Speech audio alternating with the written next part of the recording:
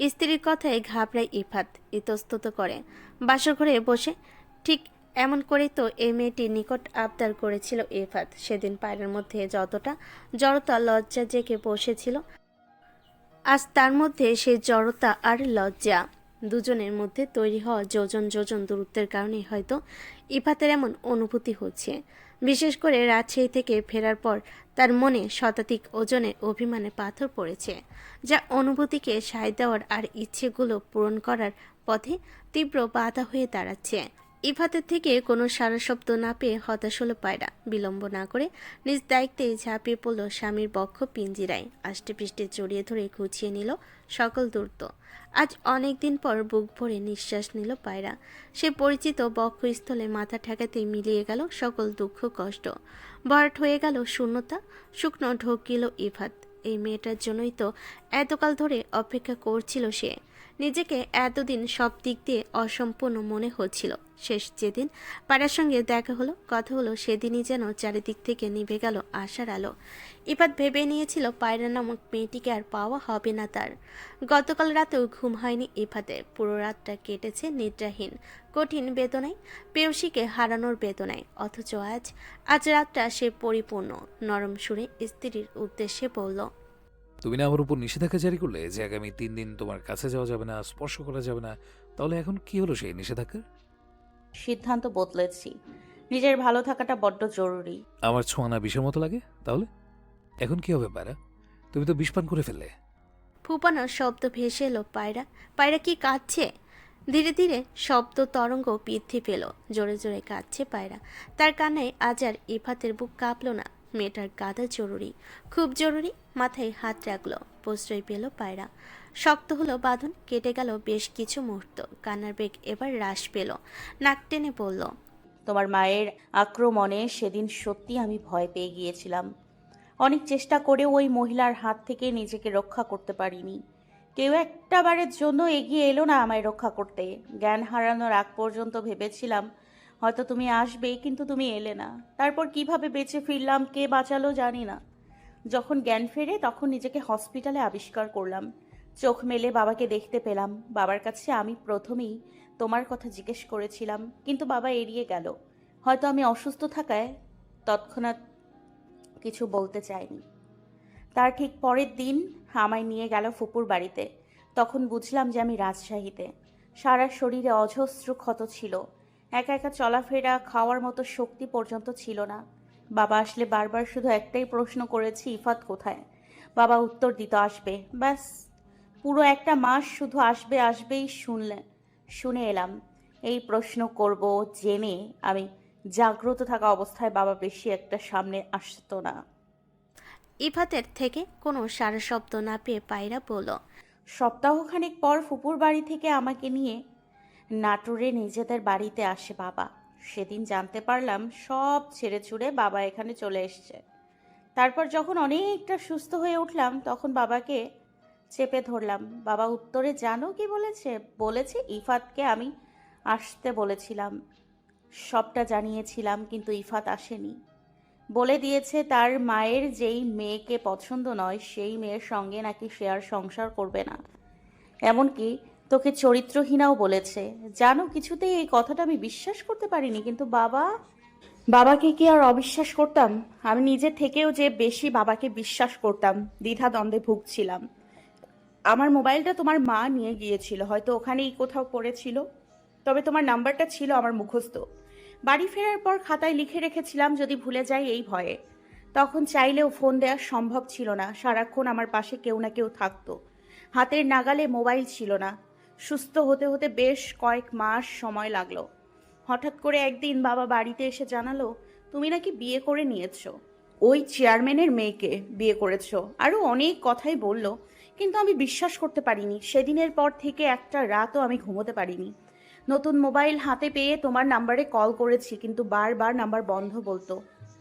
একসময় বন্ধ করে দিলাম সেই নম্বরে কল দেয়া। বাবার কথা আর উড়িয়ে দিতে পারলাম না। ভাবলাম বাবার কি লাভ মিথ্যে বলে। হয়তো তোমার মন পরিবর্তন হয়েছে, তোমায় পাওয়ার আশাও ছেড়ে দিলাম। মায়ের অসহায় মুখ দেখে কান্নাকাটি দেখে নিজেই কাঁদতে ভুলে গেলাম। সবার সামনে হাসি খুশি থাকার অভিনয় করতে হয়েছে 3 বছর। কাউকে একবারও মুখ ফুটে বলতে পারিনি আমি ভালো নেই, চিৎকার করে কাঁদতে পারিনি। তুমি নিজের ভালোবাসা বারবার সকলের সামনে প্রকাশ করতে পারলেও আমি পারিনি। মনের কথা প্রকাশ করতে না পারার মতো কষ্ট কি আর দুটো আছে? সেদিনের সেই ছেলেটা অর্থাৎ নোমান ভাই হচ্ছে আমার ফুফাতো ভাই। ওনার সঙ্গে বিয়ের প্রস্তাব রেখেছিলেন আমার ফুফু। আমার সম্বন্ধে সবটা জানার পরেও যে কেন তিনি এমন প্রস্তাব রাখলেন আমার জানা নেই। তবে আমি সবার সামনেই সঙ্গে সঙ্গে সেই প্রস্তাব ফিরিয়ে দিয়েছিলাম। সব সময় নিজেকে বিবাহিত বলেই পরিচয় দিয়ে এসেছি। হ্যাঁ, এটা অবশ্য ঠিক, তোমার ওপর আমার রাগ আর অভিমানের পাহাড় গড়ে উঠেছিল, কিন্তু আমি সত্যিই তোমাকে খুব ভালোবাসি ইফাত। তোমাকে ছাড়া আমি আমার জীবনে আর কাউকে ভাবতে পারি না। সেদিন ক্লাস শেষে মোবাইল চেক করতেই দেখি নোমান ভাইয়ের কল। তোমার নাম্বার অপরিচিত লাগায় আর ব্যাগ দেওয়া হয়নি। ভাইয়া বললেন বাবা নাকি ওনাকে পাঠিয়েছেন আমাকে বাড়িতে নিয়ে যাওয়ার জন্য। তাই আমিও তৈরি হয়ে বের হলাম, আর আচমকা তোমার সঙ্গে দেখা হলো। সেদিন দেখা না হলে, কথা না হলে হয়তো তোমার সম্বন্ধে খারাপ ধারণা নিয়েই আমাকে বেঁচে থাকতে হতো। কিন্তু হুট করে নোমান ভাই যে নিজের পরিচয় এমন করে দেবেন আমি কল্পনাও করতে পারিনি। বাবার ওপরে থাকা বিশ্বাসটা কেমন নড়বড়ে হয়ে গেল। কথা বলার ভাষা খুঁজে পাচ্ছিলাম না। কেমন রিয়েক্ট করা উচিত ছিল বুঝতে পারছিলাম না। তুমি নিজের মতো করে কত কিছু ভেবে চলে এলে। ইফাতের বাঁধনটাও এবার শক্ত হলো, বেরিয়ে এলো দীর্ঘশ্বাস। পায়রা থামলো না, পুনরায় বলল, বাড়ি ফিরে দরজা বন্ধ করে বসেছিলাম। 3 বছরে যতটা না কষ্ট পেয়েছিলাম তার থেকে বেশি কষ্ট হয়েছিল তোমার সঙ্গে দেখা এবং কথা হওয়ার পর থেকে। সারাটা রাত কেঁদেছিলাম।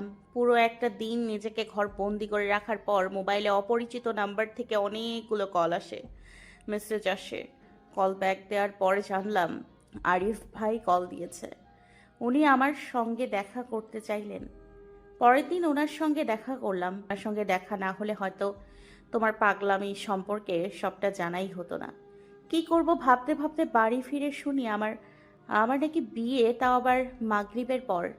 কেউ আমার মতামত নেবার প্রয়োজন মনে করলো না। ততক্ষণে বাড়িতে সবাই চলে এসেছে, বাসর ঘর পর্যন্ত চিন্তা করে ফেলেছে। তখনই আমি সিদ্ধান্ত নেই পরিবারের কথা আর ভাববো না। ব্যাগপত্র গুছিয়ে তাদেরকে জানিয়েই তাদের সামনে দিয়ে চলে এসেছি। ট্রেনে ওঠার আগ পর্যন্ত প্লাবন ভাই অবশ্য সাহায্য করেছিল আমায়। আমি সব ছাড়তে পারলেও তোমাকে কিছুতেই ছাড়তে পারবো না ইফাত।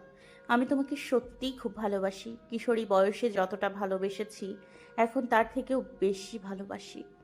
আমাদের এই দূরত্বের কারণেই হয়তো ভালোবাসা বৃদ্ধি পেয়েছে। আমার মন পরিবর্তন হতে পারে, বয়স পরিবর্তন হতে পারে, চেহারাও পরিবর্তন হতে পারে, হয়তো ভালোবাসাটাও পরিবর্তন হতে পারে, কিন্তু ভালোবাসার মানুষ কখনো পরিবর্তন হবে না। তুমি এমন এক মানুষ যাকে ভালো না বেসে থাকা অসম্ভব। থামলো পায়রা। জোরে জোরে নিঃশ্বাস নিল। নিজেকে খুব হালকা লাগছে। জীবনে এই প্রথম মনের গহীনে লুকায়িত কথাগুলো কাউকে বলতে পারলো, প্রকাশ করতে পারলো নিজের অনুভূতি। এখনো ইফাতের এই নীরবতা দেখে চমকালো। জিজ্ঞেস করলো, তুমি কিভাবে চুপ করে আছো? এই আমার কথাগুলো কি তুমি শুনতে পাওনি? ঘুমিয়ে গেছো? বসে বসে কি ঘুমাতে পারে? সবই শুনেছি। তাহলে চুপ করে আছো কেন? ভাবছি আমার পারে শোনা আমায় এতটা ভালোবাসে, অথচ আমি এতদিন জানতেই পারলাম না। ওই নামে সম্বোধন করো না। কোন নামে? ভুলে গেলে? ওই যে ওই নামটা, যেই নামে সব সময় ডাকতে। আলগোছে মুচকি হাসলো ইফাত। গাঢ় চুম্বন এঁকে দিল স্ত্রীর কপালে। কানের কাছে মুখ নিয়ে বলল, কবুতর, আমার ভালোবাসার প্রিয় কবুতর, আমার পক্ষী। হৃদয় আঙ্গিনায় সে চিরচেনা অনুভূতি ছুঁয়ে গেল পায়রার।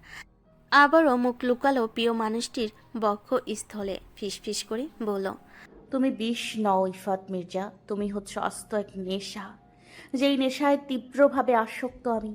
এই নেশা ছাড়ানোর একমাত্র উপায়, একমাত্র ঔষধ যে মৃত্যু। রাতের আধার কেটে ধরণীতে আলো ছড়াছড়ি। পুরো জানালা দিয়ে সূর্যের আলো এসে পড়েছে পায়রার ঘুমন্ত মুখশ্রীতে। সঙ্গে সঙ্গে কুঁচকে এলো তার চোখ মুখ। ঘুম জড়ানো কণ্ঠে বলল, জানালার পর্দাটা টেনে দাও না ইফাত। বিপরীত পাশ থেকে কোনো সারা শব্দ এলো না, আর না পর্দাটাও টেনে দেওয়া হলো। এবার উল্টো পাশ ফিরে শুয়ে রইল পায়রা, কিন্তু রোদ এবার তার পিঠে লাগছে। বিরক্তিটা রাগে পরিণত হলো, আড়মোড়া ভেঙে উঠে গেল বিছানা ছেড়ে। আশেপাশে তাকিয়ে ঘরে পেল না ইফাতকে। ঘড়ির দিকে তাকিয়ে দেখতে পাই 9:55। দ্রুত বিছানা গুছিয়ে ফ্রেশ হতে চলে গেল পায়রা। ফ্রেশ হয়ে ঘর থেকে বের হয়ে খাবার টেবিলের কাছে যেতেই চমকায়। সকালের নাস্তা টেবিলে ঢেকে রাখা, আশেপাশে খুঁজেও পেল না কোথাও ইফাতকে। মোবাইল ফোন হাতে নিতেই স্ক্রিনে দেখল জলজল করছে একটা মেসেজ। মেসেজটা ওপেন করতে দেখতে পেল তাতে লেখা, আমি অফিসে চলে এসেছি, তুমি ঘুমাচ্ছিলে তাই আর ডাকিনি। ফিরতে ফিরতে আমার সন্ধ্যা অথবা রাত হতে পারে। টেবিলে নাস্তা দেওয়া আছে, খেয়ে নিও। মুচকি হেসে টেবিলে গিয়ে বসলো পায়রা। পরোটা আর ডিম ভাজা সঙ্গে সঙ্গে ভুরুচুকুল কুচকে গেল। বলল, ইফাত না কাল বলল ঘরে রান্নার মতো তেমন কিছুই নেই, তাহলে এগুলো তো দোকানের বলে মনে হচ্ছে না। দ্রুত রান্নাঘরে গেল পায়রা। সে সকালে গিয়ে প্রয়োজনীয় সব বাজার করে এনেছে ইফাত। সব জায়গা মতো ঠিকঠাক গোছগাছও করে রেখেছে। হাসিটা চওড়া হলো পায়রার। একটি মেয়ের ভাগ্য কতটা ভালো হলে জীবনে এমন দায়িত্ববান একজন পুরুষকে স্বামী হিসাবে পায়। পরক্ষণে মনটা একটু খারাপ হলো। এত কিছু পরও বাবা কিনা ইফাত নামক দায়িত্ববান পুরুষকে অপছন্দ করে। বুক চিরে দীর্ঘশ্বাস বেরিয়ে এলো। পরোটা ছিঁড়ে মুখে দিয়ে মোবাইলটা হাতে নিল। গতকাল রাতে প্লাবনের নাম্বার থেকে বেশ কয়েকটা কল এসেছে, কিন্তু তা আর রিসিভ করা হয়নি পায়রার। এমনকি ব্যাগ দেওয়া হয়নি। বিলম্ব না করে প্লাবনের নাম্বারে কল দিল পায়রা। কল দিতে সঙ্গে সঙ্গে রিসিভ হলো। অপর পাশ হতে ব্যগ্র কণ্ঠে শুধালো, কিরে, কতগুলো কল দিয়েছিলাম, ধরিসনি কেন? ঠিকমতো পৌঁছাতে পেরেছিলি? পৌঁছেছি।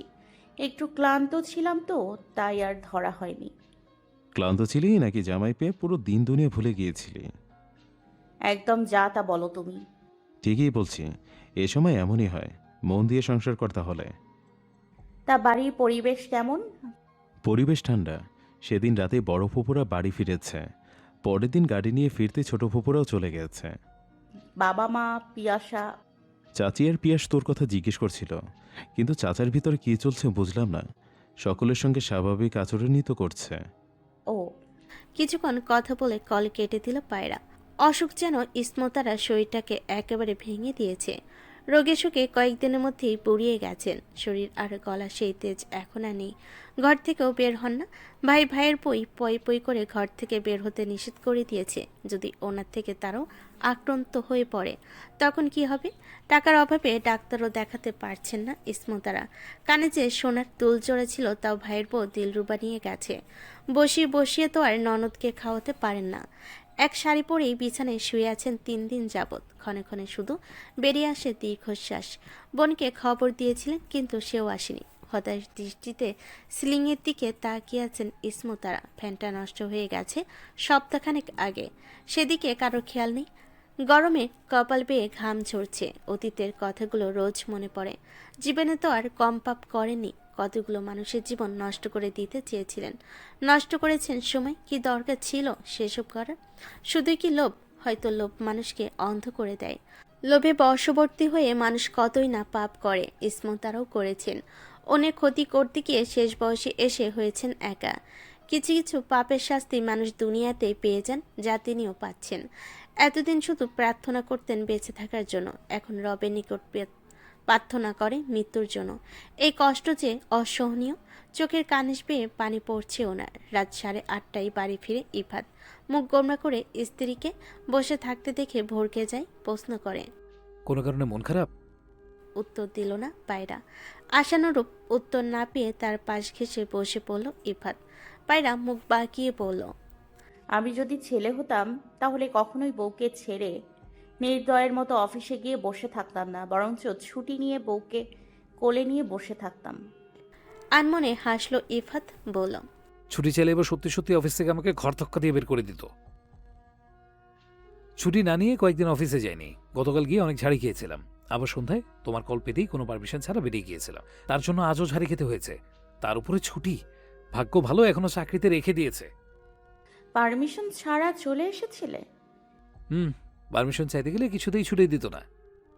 তাহলে এখনো কেন তোমায় চাকরিতে রেখে দিলে? এর আগে কয়েকটা প্রজেক্ট ভালো করেছিলাম, তার উপরে ব্যাকগ্রাউন্ড ভালো, তাই হয়তো দয়া করে রেখে দিয়েছে। আবারও দুজনের মধ্যে পিন পতন নীরবতা। ইফাত পরনের পোশাক বদলাতে চলে গেল। কয়েক মিনিট বাদে বাথরুম থেকে বের হতেই প্রশ্ন করলো পায়রা। ফ্লার্ট ছেড়ে দিয়েছো? ইফাত বিস্মিত নেত্রে তাকায় স্ত্রীর দিকে। পায়রা বলল, রুম দেখানোর জন্য নতুন ভাড়াটিয়াকে সঙ্গে নিয়ে বাড়িওয়ালা এসেছিল। আমি নিষেধ করে দিয়েছি, বলেছি আপাতত ফ্ল্যাট ছেড়ে দেওয়া ক্যান্সেল। কোনো উত্তরই দিল না ইফাত। বলার মতো কিছুই নেই। রাজশাহী থেকে ফেরার পরে তিনি বাড়িওয়ালার কাছে গিয়ে ফ্ল্যাট ছেড়ে দেওয়ার কথা জানিয়ে এসেছিল। সে ভেবেছিল এখানে আর থাকবে না। পায়রা পুনরায় প্রশ্ন করল, তা ফ্ল্যাট ছাড়ার সিদ্ধান্ত নিলে কেন? কোথায় যেতে? নতুন বাড়ি খোঁজা হয়েছে? না, তাহলে হুট করে ইচ্ছে হয়েছিল ছেড়ে দেওয়ার, তাই আগে থেকে জানিয়ে দিয়ে এসেছি। কোথায় যেতাম পরে না হয় ভেবে দেখতাম। ইচ্ছে হয়েছে না চাই, বরং পালাতে চেয়েছিলে আবারও। সবার থেকে পালাতে চেয়েছিলে যাতে এবার আর কেউ খুঁজে না পায়। তুমি খুব পচা ইফাত। আমি যদি এভাবে না চলে আসতাম তাহলে তো আর তোমাকে পেতামই না। এবারও উত্তর দিল না পায়রা। পায়রা তো আর ভুল কিছু বলেনি। ইফাতের এই নীরবতায় বেশ বিরক্ত হলো পায়রা। জিজ্ঞেস করলো, এভাবে চুপ থাকার প্রতিজ্ঞা করেছো নাকি আজ? তো কি বলবো? দীর্ঘশ্বাস ফেলল পায়রা। ইফাতের কাঁধে মাথা রেখে নিজেই 2 হাত দিয়ে স্বামীর হাতটা আঁকড়ে ধরল।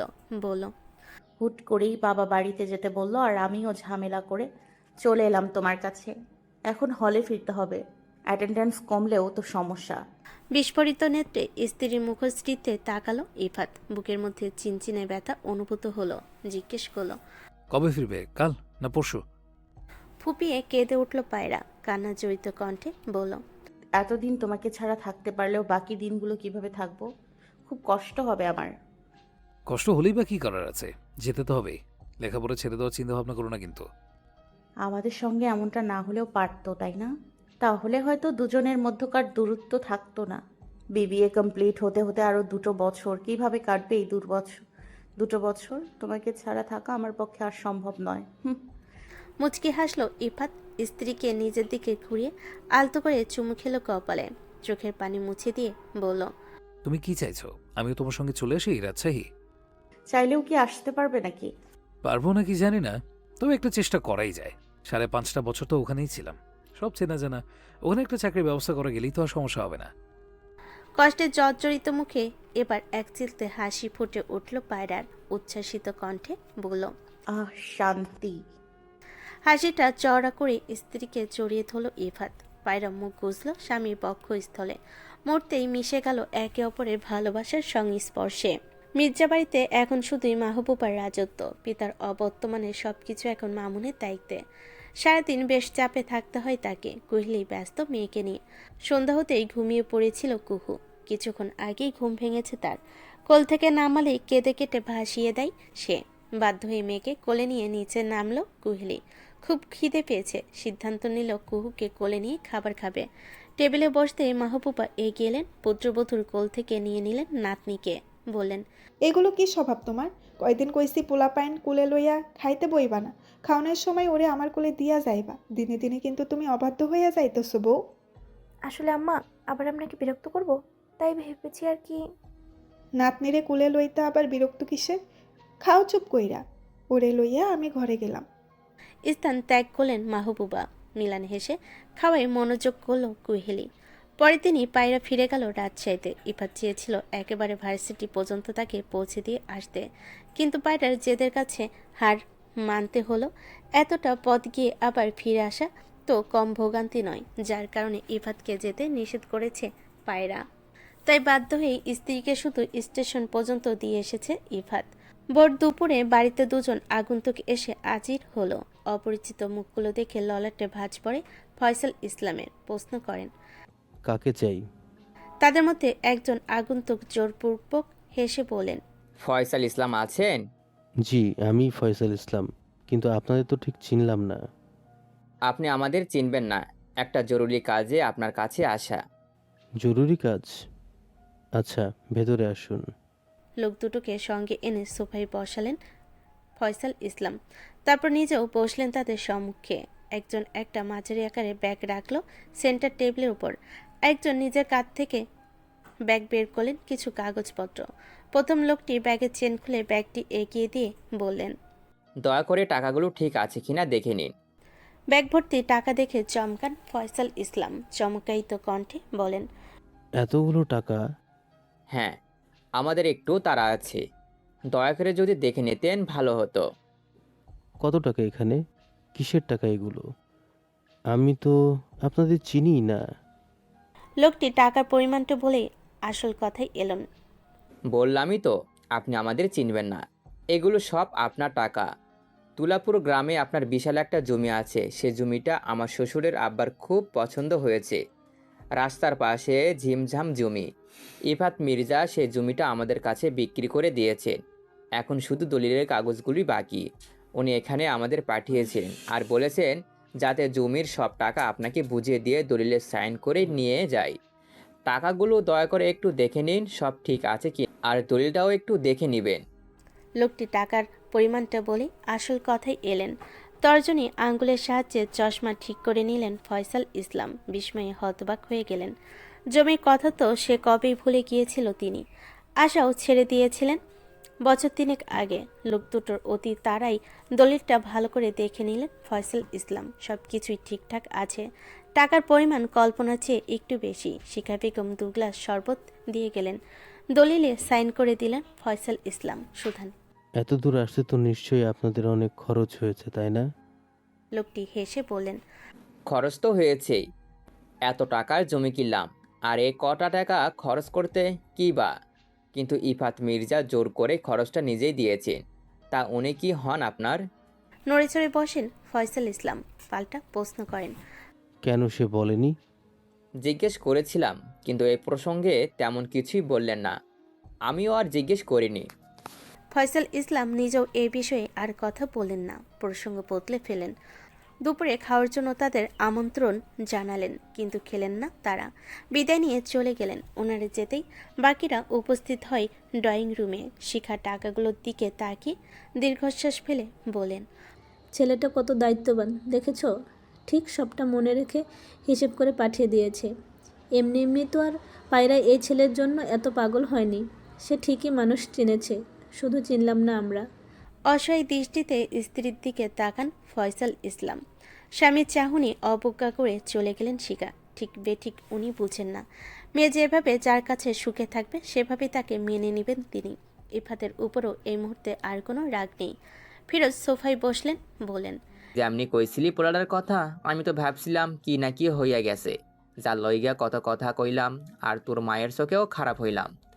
এবারও নীরব ফয়সাল ইসলাম। নিজের কাজের জন্য নিজের কাছে লজ্জিত তিনি।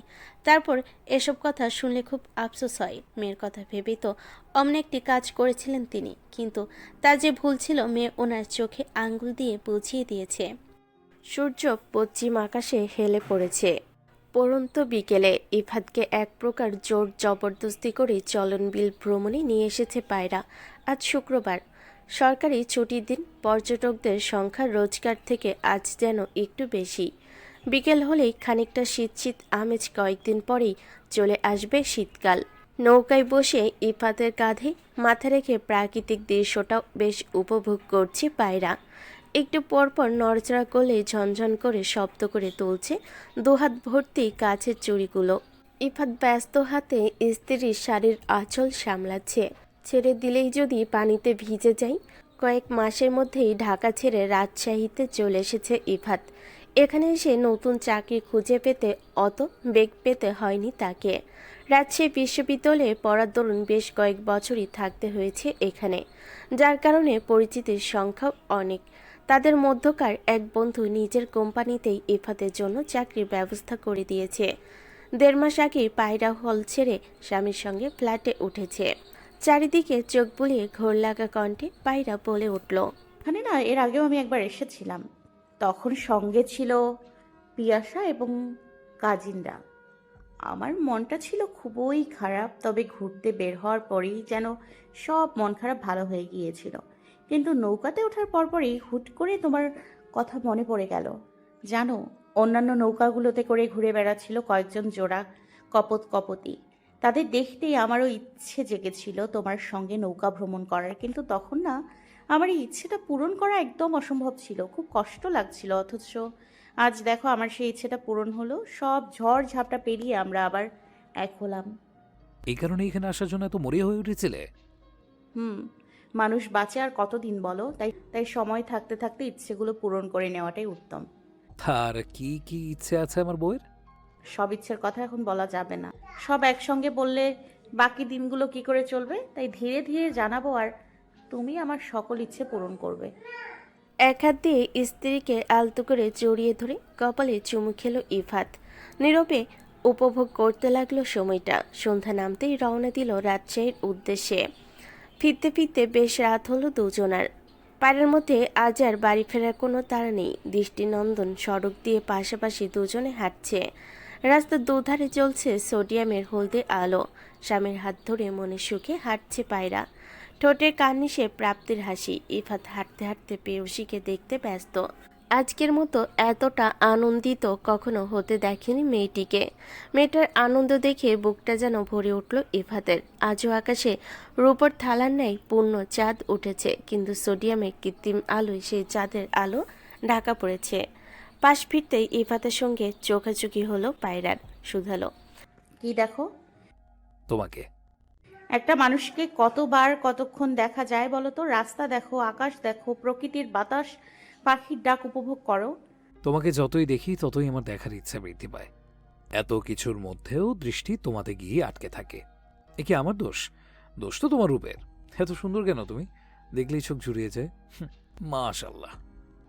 আলতো করে ইফাতের কাঁধে থাপ্পড় মারল পায়রা। মুচকি হেসে বলল, যতটা বলো ততটা সুন্দরও নই, শুধু তোমার কাছেই আমার সুন্দরের এত বাহার। আর কারো কাছে কি সুন্দর হওয়ার দরকার আছে? তোমায় দেখার অধিকার শুধুই আমার। এ রূপের প্রশংসা করার অধিকারও আমার। পথে মধ্যেই থেমে গেল পায়রা। স্ত্রী থেমে যাওয়া দেখে ভুর কুচকায় ইফাত। কিছু জিজ্ঞেস করার আগেই শক্ত করে তাকে জড়িয়ে ধরে পায়রা। মিয়ে যাওয়া নেশাতুর কণ্ঠে বলে, তোমার বক্ষস্থলে এমন কি আছে বলো তো? তোমায় জড়িয়ে ধরে এই বক্ষস্থলে মাথা রাখলেই না সব দুঃখ, কষ্ট, রাগ, অভিমান, ক্লান্তি ভুলে যাই আমি। আমার হৃদয় প্রাঙ্গণ দিয়ে ছুটে চলে তরঙ্গ। সৃষ্টিকর্তা আমায় খুব ভালোবাসেন জানো, নইলে এই দুঃখে ভরা দুনিয়ায় এত ভালো একজন জীবন সঙ্গী আমায় কেন দিলেন? এত ভালোবাসা, এত যত্ন কোথায় জমিয়ে রাখবো বলো তো? জমিয়ে রাখার দরকার কি? যেদিন থেকে তুমি আমার জীবনের সঙ্গে জড়িয়েছ, হৃদয়ের চূড়ায় তৈরি করেছো প্রেমমহল, সেদিন থেকেই কারণে অকারণে তোমায় খুব ভালোবাসতে ইচ্ছে করে। তোমার প্রতি ভালোবাসা দিন দিন কমার বদলে বৃদ্ধি পায়। তোমাকে একবার হারিয়ে যে আমার খুব শিক্ষা হয়ে গেছে। এই জীবনে আর কখনো তোমায় হারাতে দিব না আমার কবুতর। চোখ জোড়া ভিজে উঠল পায়রার। আনন্দের অশ্রুকণা ঝরে পড়ল আড়ালে। শারীরিক মানসিক সব দিক দিয়েই এখন পুরোপুরিভাবে সুস্থ হয়ে উঠেছে ইরা। পুরনো সব আঘাত ভুলে প্রিয় মানুষের সঙ্গে শুরু করেছে নতুন জীবন। অবিশেষে বাড়ি ফিরেছে আতিফ। রোজকার মতন দরজা খুলে শাড়ির আঁচল দিয়ে স্বামীর কপালের ঘাম মুছিয়ে দিল ইরা। হাতের প্যাকেটগুলো স্ত্রীর দিকে বাড়িয়ে দিল আতিফ। সেগুলো নিজ হাতে নিয়ে ইরা শুধালো, কি আছে এতে? ঘরের খাবার খেতে খেতে তো নিশ্চয়ই বিরক্ত হয়ে গেছো। অফিসের ব্যস্ততায় তোমাকে বাইরের কোথাও নিয়েও যেতে পারি না, তাই কিছু খাবার এনেছি। ও, সাথে কিছু আইসক্রিমও আছে। দ্রুত ফ্রিজে রাখো, নইলে গলে যাবে। চোখে মুখে আনন্দ চিকচিক করে উঠল ইরার। দৌড়ে গেল রান্নাঘরে। আতিফ প্রশ্ন করল, বাবা কোথায়? রাতের খাবার খাইয়া ঘুমাইয়া আছে। খাওয়ার পর নাকি ওনার ঘুমের ওষুধ আছে একটা। ডাকার প্রয়োজন নেই তাকে। বাইরের খাবার খাওয়া বাবার জন্য নিষেধ। আচ্ছা, আমি তাহলে পোশাক বদলে আসি। কথাটা শেষ করে শার্টের বোতাম খুলতে খুলতে ঘরে চলে গেল আতিফ। কয়েক মিনিট বাদে ফ্রেশ হয়ে চলে এলো খাবার টেবিলে। এরাও বসে পড়ল স্বামীর পাশের চেয়ারটাই। খেতে খেতে সারাদিনে জমে থাকা কথার খাতাটা খুলে বসলো। এটাই তার দৈনন্দিন রুটিন। মানব জীবনে সুখ আসে, সঙ্গে আসে দুঃখ। সেই দুঃখের সময়টার স্থায়িত্ব সাময়িক হলেও তখন মনে হয় এটাই যেন লম্বা একটা সময়। তারপর আসে আবার সুখ। সুখের দিনগুলো দীর্ঘ হয়, তবুও মনে হয় খুব দ্রুত যেন চলে যাচ্ছে সময়টা। ক্লাস শেষে ভার্সিটি থেকে বের হতে ইফাতকে দেখে কিছুটা চমকে পায়রা। এগিয়ে এসে শুধায়, তুমি এ সময় এখানে? বউর কথা খুব মনে পড়ছিল, তাই চলে এসেছি। অফিসে কাজ রেখেই? একটা মিটিং ছিল, কিন্তু হুট করেই মিটিংটা ক্যান্সেল হয়ে গেল, তাই আমিও চলে এলাম। ভাবলাম একেবারে তোমার সঙ্গে নিয়েই বাড়ি ফিরি। আর কথা বাড়ালো না পায়রা। এগিয়ে এসে স্বামীর হাত ধরে রাস্তা পার হলো। লাজুক কণ্ঠে বলল, এসেছো যখন আবার আমায় ফুল কিনে দাও। ফুল কিনে কি হবে? তুমি নিজেই তো একটা ফুল, আমার ব্যক্তিগত ফুল। পিঠে কয়েকটা কিল ঘুষি মেরে রাগ মিশ্রিত কণ্ঠে পায়রা বলে ওঠে। দিনে দিনে রোমান্টিক হতে গিয়ে তুমি অনেক কিছু বলে ফেলছো ইফাত। একবার বলো পাখি আর একবার বলো চাঁদ, এখন আবার ফুল বলছো। পাখিকে আমি বলেছি নাকি? তোমার বাবা মা নিজেরাই তো তোমার নাম রাখলো পায়রা। যা উঠতে পারে তাই তো পাখি। চাঁদ ফুল তো বলেছো। ফুলকে বলেছি। রাতের বিশাল আকাশকে আলোকিত করে রাখে একটা মাত্র চাঁদ। মানুষ না ঘুমিয়ে সেই চাঁদের দিকে তাকিয়ে থাকে নিষ্পলক দৃষ্টিতে। তেমনি আমার জীবনটাকেও একটা মাত্র মেয়েই আলোকিত করে রেখেছে, যাকে দেখার পর আর কারো পানেই আমার তাকাতে ইচ্ছে করে না। সেই মেয়েটা হচ্ছে তুমি। তাই চাঁদের সঙ্গে তুলনা না দেওয়ার কোনো কারণ তো নেই। গাছে ফুল ফোটার পর যেমন তাকে সুন্দর এবং সতেজ লাগে, তুমিও আমার কাছে ঠিক তেমনই, ফুলের মতো সতেজ, সুন্দর, নিষ্পাপ। লজ্জায় চোখ নামিয়ে নিল পায়রা। গাল দুটোতে লাল আভা ফুটে উঠল, কণ্ঠনালী কাঁপতে লাগলো ক্ষণে ক্ষণে। যদিও স্বামীর প্রতিটি কথাতেই তার মনটা ফুলের ন্যায় নরম হয়ে যায়, সৃষ্টি হয় অদ্ভুত অনুভূতির। বুড়ো যুগল কুচকে স্ত্রীর উদ্দেশ্যে ইফাত প্রশ্ন করল। লজ্জা পাচ্ছ নাকি রাগ করছো? আচ্ছা চলো ফুল কিনে দেই। প্রতি উত্তর করল না পায়রা। পাশে লাইন ধরে দাঁড়িয়ে কয়েকটা ফুলের দোকান। পায়রাকে নিয়ে একটা দোকানে প্রবেশ করলো ইফাত। শুভ্র বেলি ফুলের গাছটা কিনে প্রিয়তমার দুহাতে পরিয়ে দিল। দুহাত ঝাঁকিয়ে ঝাঁকিয়ে মুচকি হাসলো পায়রা। সাথে কয়েকটা গোলাপ কিনে পায়রার হাতে ধরিয়ে দিল ইফাত। আশঙ্কিক পেছন থেকে কেউ ডেকে উঠল। পায়রা। পিছু ফিরল পায়রা। আগ্রহ নিয়ে ইফাতও তাকালো। পুরুষ অবৈ দেখে সঙ্গে সঙ্গে চিনে ফেলল, এই তো সেই ছেলে যে পায়রার হবু স্বামী হিসেবে নিজেকে পরিচয় করিয়ে দিয়েছিল। পায়রা যে চমকে গেছে তা তার মুখ দেখেই বোঝা যাচ্ছে। এগিয়ে এলো নোমান। মিলান হেসে শুধালো। কেমন আছো? অনেকদিন পর দেখা হলো আমাদের। সৌজন্য হাসলো পায়রা, উত্তরে বলল। আলহামদুলিল্লাহ ভালোই আছি। তা আপনি কেমন আছেন ভাইয়া? ভালো যে আছো তা তো দেখতেই পাচ্ছি। আমিও ভালোই আছি। তা আপনি এদিকে? একটা দরকারে এসেছিলাম, তোমাদের দেখতে পেয়ে এগিয়ে এলাম। তা ফুল কিনছিলে? নিজের হাত দুটোর দিকে তাকি মুচকি হাসলো পায়রা। লাজুক কণ্ঠে ছোট্ট করে বলল। 3 বছরের পরিচয় মেয়েটির সঙ্গে, অথচ এই প্রথম তার চোখে মুখে লাজুকতা দেখতে পাচ্ছে নোমান। আবারও ইফাতের উপর বড্ড হিংসে হচ্ছে তার। ছেলেটার কি ভাগ্য, কত ভাগ্য করে এই মেয়েটাকে পেয়েছে সে। মেয়েটার সমস্ত হাসি খুশি আনন্দ ইফাত নামক পুরুষটিকে ঘিরে।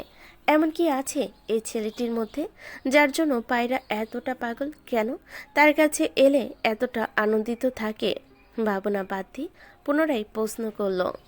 তা ইফে তো কি একেবারে চলে এসেছে এখানে? প্রশ্নের উত্তর না দেওয়াটা মোটেও শোভা পায় না। সৌজন্য রক্ষার্থে প্রত্যুত্তর করল ইফাত। ওর বিবিএ কমপ্লিট হওয়া পর্যন্ত এখানেই আছি, তারপর দেখা যাক। ও তা ভালো। এবার কিছুটা হলেও নোমান আঁচ করতে পারল ছেলেটার ভালোবাসা সম্পর্কে। স্ত্রীর প্রতি কতটা দায়িত্ববান, যত্নশীল হলে একটা পুরুষ ঢাকার মতো শহর ছেড়ে, পরিচিত মানুষদের ছেড়ে এত দূর চলে আসে। কিছুক্ষণ কথা বলার পর নোমানের থেকে বিদায় নিয়ে পায়রাকে সঙ্গে নিয়ে চলে আসলো ইফাত। ছেলেটাকে তার মতো পছন্দ নয়। পছন্দ না লাগার কারণটা অবশ্য পায়রা। নিজের প্রিয় মানুষটির দিকে হাত বাড়িয়েছিল নোমান। কি করেই বা তাকে ভালো লাগবে ইফাতের কাছে? দুপুরের খাবার খেয়ে বিছানায় হেলান দিয়ে শুয়ে পা নাচাচ্ছে আরিফ। ক্ষণে ক্ষণে গুনগুন করে গান গাইছে। ইফাতকে নিয়ে যত চিন্তা ছিল এবার তার সমাপ্তি ঘটেছে। হাতের কাজ সেরে এসে ঘরে এলো নাইমা। বিছানায় বসতে হ্যাঁচকা টানে নিজের কাছে নিয়ে এলো আরিফ। স্বামীর এমন কাণ্ডে হকচকিয়ে যায় নাইমা, বলে। মাত্র খাইয়ে আইসি, এখনও খাবারটা হজম পর্যন্ত হয় নাই, তাই জ্বালাইও না। জ্বালাবো কেন? আমি তো তোমাকে টান দিলাম আদর যত্ন করার জন্য। ইফাত ভাইয়ের কি খবর? বউকে নিয়ে রাজশাহীতে সুখে শান্তিতে সংসার করছে। আমাকে বলেছে তোমাকে নিয়ে যাতে বেরিয়ে আসি। চিকচিক করে উঠল নাইমার চোখ জোড়া, উচ্চুক কণ্ঠে বলল। আমার না ইফাত ভাই আর পায়রা ভাবিরে দেখার অনেক শখ, কবে লইয়া যাইবা? সে কি, তুমি তাহলে যেতে চাচ্ছ? হ, তা করে দেখমু। তোমার মুখে তো এতদিন হেগো সম্পর্কে অনেক কথাই শুনছি, তাই দেখার ইচ্ছা জাগছে। বউয়ের যখন শখ জেগেছে নিতে তো হবে, দেখি কবে যাওয়া যায়। খুশি হয়ে গেল নাইমা। স্বামীকে জড়িয়ে ধরে চোখ জোড়া বন্ধ করে নিল। বিকেলের দিকে বাবা নামে সেভ করা নম্বর থেকে কল এলো। স্ক্রিনে ভাসমান নাম্বারটা দেখতেই বিস্ময়ে চোখ জোড়া বড় আকার ধারণ করে পায়রার। শুকনো ঢোক গিলে কল রিসিভ করে সালাম দেয়। অপর পাশ থেকে সালামের জবাব নিয়ে গম্ভীর কণ্ঠে ফয়সাল ইসলাম বলে ওঠেন, সংসারে জড়িয়ে গিয়ে কি বাবা মাকে একদম ভুলে গেলে নাকি? ভুলবো কেন? বাড়িতে এসো, তোমার মা তোমার জন্য চিন্তায় অস্থির হয়ে গেছে, দেখতে চাইছে, সঙ্গে স্বামীকেও নিয়ে এসো। কিন্তু কেন কিন্তু শুনতে চাই না, চিন্তা করো না, তোমার বাবা আর যাই করুক মেয়ের জামাইয়ের কোনো অযত্ন হতে দেবে না। বাবা মায়ের উপর রাগ করে থাকতে নেই। প্রতিটি বাবা মা তাদের সন্তানের ভালো চায়, সন্তানের ভালোর জন্য অপরাধ করতেও দ্বিধাবোধ করে না। পুরনো কথা ভুলে যাও, যা হওয়ার হয়ে গেছে। মেয়েকে তো আর ত্যাগ করতে পারি না। আশা করি কালকের মধ্যেই তোমাদের দেখতে পাবো বাড়িতে। নিজের কথা শেষ করে কল কেটে দিলেন ফয়সাল ইসলাম। 2 কাপ ধোয়া ওঠা চা হাতে নিয়ে ঘরে এলো ইফাত। স্ত্রীকে মনমরা হয়ে বসে থাকতে দেখে শুধালো, আবার কি হয়েছে, মন খারাপ? হুম, তাহলে 4 কাপটা নিজ হাতে নিয়ে একটু ইতস্তত করে পায়রা বলল, বাবা ফোন করে বাড়ি যেতে বলেছে। মা নাকি দেখতে চাইছে আমাকে। আরও বলেছে পুরনো সব কথা যাতে ভুলে যাই। বাবা মায়ের ওপর বেশি দিন রাগ করে থাকতে নেই, তোমাকেও সাথে যেতে বলেছে। কয়েক মুহূর্ত নীরব থেকে ইফাত রয়ে শুয়ে বলল, উনি তো ঠিকই বলেছেন, বাবা মায়ের উপর রাগ করে থাকতে নেই। তাহলে যাবে বলছো? আমার অফিসে অনেক কাজ আছে, অন্যের অধীনে কাজ করি, তাই ছুটি নেওয়া সম্ভব নয়। তোমাকে না হয় গ্রাম পর্যন্ত দিয়ে আসবো, 2 দিন থেকে এসো। স্বামীকে ছেড়ে একা যেতে মোটো ইচ্ছে করছে না পায়রার। অফিসের কাজ সব ঢপ। আসলে তার বাবার বাড়ি যে যেতে চায় না ইফাত, তা ঠিক ধরতে পেরেছে পায়রা। তারও জোর করার ইচ্ছে নেই। তাকে তো আর কম অপমান করেনি বাবা, এমনকি নিজ থেকেও যেতে বলেনি। আবারও স্ত্রীর নীরবতা দেখে মুচকি হাসল ইফাত। আচমকা ছুঁয়ে দিল তার ওষ্ঠের সঙ্গে নিজের ওষ্ঠাদ্বয়। হঠাৎ এহেন আক্রমণে ভরকায় পায়রা ফ্যাল করে তাকিয়ে থাকে। কিছু সময় অতিক্রম হতেই তাকে ছেড়ে দেয় ইফাত। ফিস করে বলে, আমায় ছেড়ে 2 দিন কিভাবে থাকবে সেই কথাই ভাবছো, তাই না? আসো, অগ্রিম আদর করে দেই। লজ্জায় চোখ নামিয়ে নিল পায়রা। কি নির্লজ্জ ছেলেটা, যখন তখন লজ্জায় ফেলে দেয়। সামনে আসা চুলগুলো কানের পিছে গুজে দেয় ইফাত। বলে, এত লজ্জা পাও কেন লজ্জাবতী? তোমার লজ্জা পাও দেখলে মনে হয় এইমাত্র যেন তোমাকে বিয়ে করে এনেছি। একদম লজ্জার উপর লাল টুকটুকি নতুন বউ। সারা জীবন আমি নতুনই থাকতে চাই। পুরনো হলেই তো ভালোবাসা কমে যাবে।